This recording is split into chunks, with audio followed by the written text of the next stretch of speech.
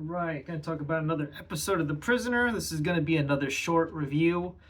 This episode is titled Free for All. It was written by Patrick McGoohan using a pen name, Patty Fitz. It was also directed by Patrick McGoohan. And it was broadcast originally on October 20th, 1967. The number 2 in this episode is played by Eric Portman. And then number 58 is a very important character in this as well. She is played by Rachel Herbert. And of course, by the end of the episode, we realize that she is the new number 2. This episode was interesting. It has to do with corruption in elections. So it's really like a satire or a commentary on, so-called free and democratic elections. And yeah, it has, it was a weird one. There's a particular part. So basically, number 6, Patrick McGoohan, is going to run an election against number 2, played by Eric Portman. And number 6 is given this kind of like sidekick, this lady who just speaks in gibberish through the whole episode, played by Rachel Herbert, number 58. And she kind of accompanies him around. But it's got this stuff where Patrick McGoohan, number 6, is being subjected to weird mind-altering, alpha waves or something. It really, I think, is tapping into like the MK Ultra experiments done by the United States back in the past. By the way, there's a really great movie starring Mel Gibson that deals with MK Ultra. Mel Gibson and Julia Roberts is called Conspiracy Theory.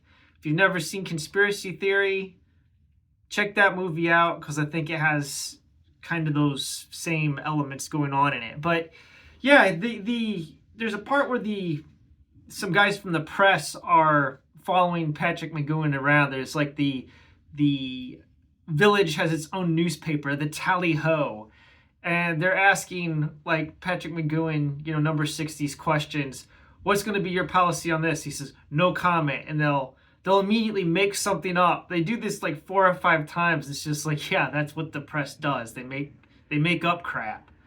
So I found that interesting. And then there's this whole part where number 2 is like kind of snapping out of. He keeps on asking for a drink. Like he wants real alcohol. And he finally gets it. There's like this hole in the wall in a literal cave somewhere where he meets number 2, and it's just like he's being offered anything you want, basically. And it was just an interesting one. I really don't have a whole lot to say about it, once again, but there was a crazy scene at the very end where number 6 escapes, and he runs into this cave under the Green Dome, and there's a bunch of dudes sitting in a circle like worshiping Rover.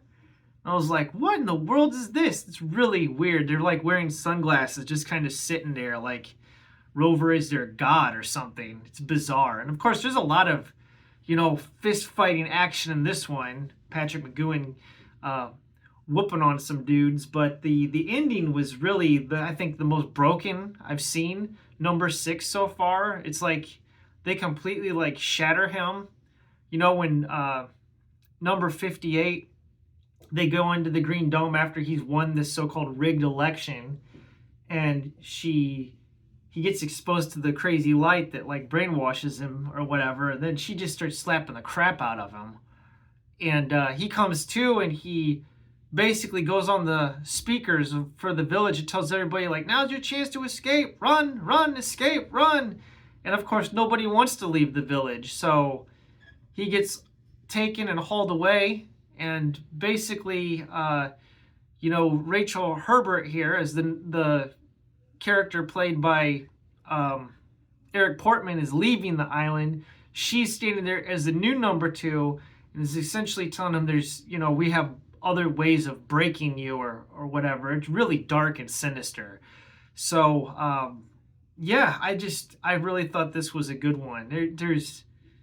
It's just basically a commentary or a satire concerning free elections, and I think it's great. It's a very subversive show, and I really enjoy it quite a bit. It's a great show. I wish more people would watch it. I think it's kind of, well, not kind of, it's absolutely an underrated show, and it should be remembered as much as the 1966 television, Star Trek with William Shatner, or the 66 Batman with Adam West. I mean, it's that much of a cultural iconic show that it's a shame it's not more well known. Anyways, next time, have another episode of The Prisoner.